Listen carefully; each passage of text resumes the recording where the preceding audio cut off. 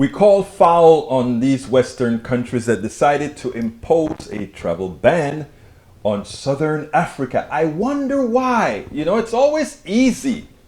It is always easy if something seems to have maybe originated in Africa, we immediately react, right?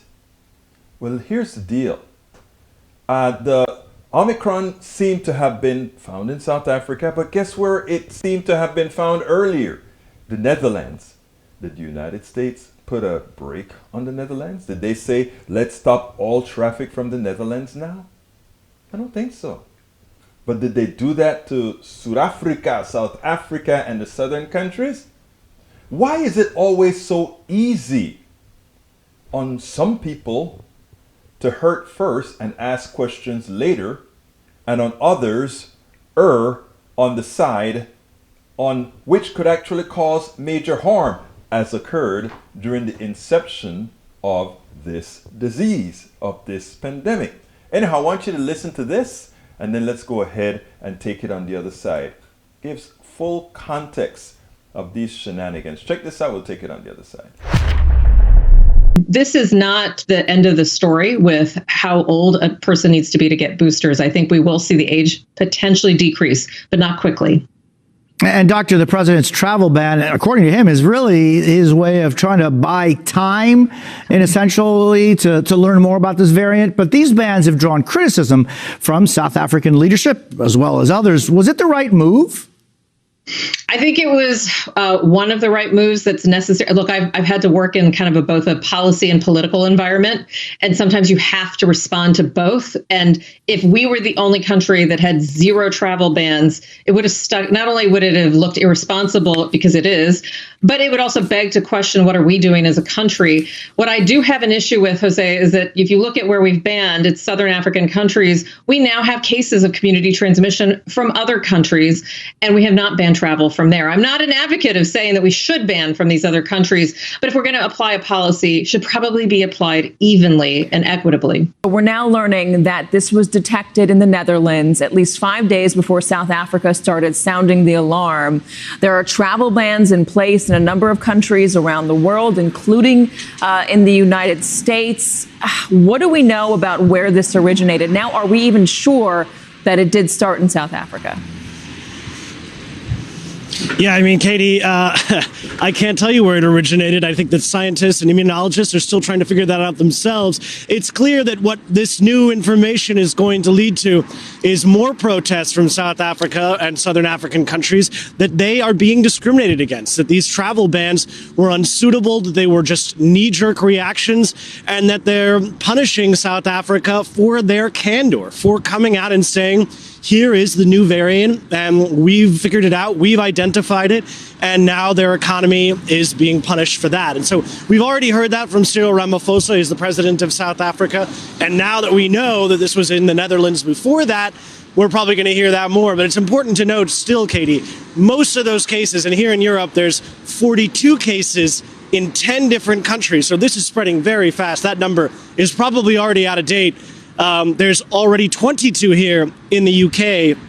We can expect that those numbers are going to be increasing dramatically, but still, Katie, important to note, most of those cases still have some connection back to Southern Africa. Not all of them, but most of them. So whether the mutation comes from Southern Africa, as was suspected at first, or whether or not it came from Europe and went back to Europe by way of South Africa, it's really impossible to know. And again, scientists are going to have to figure that out as they figure everything else out.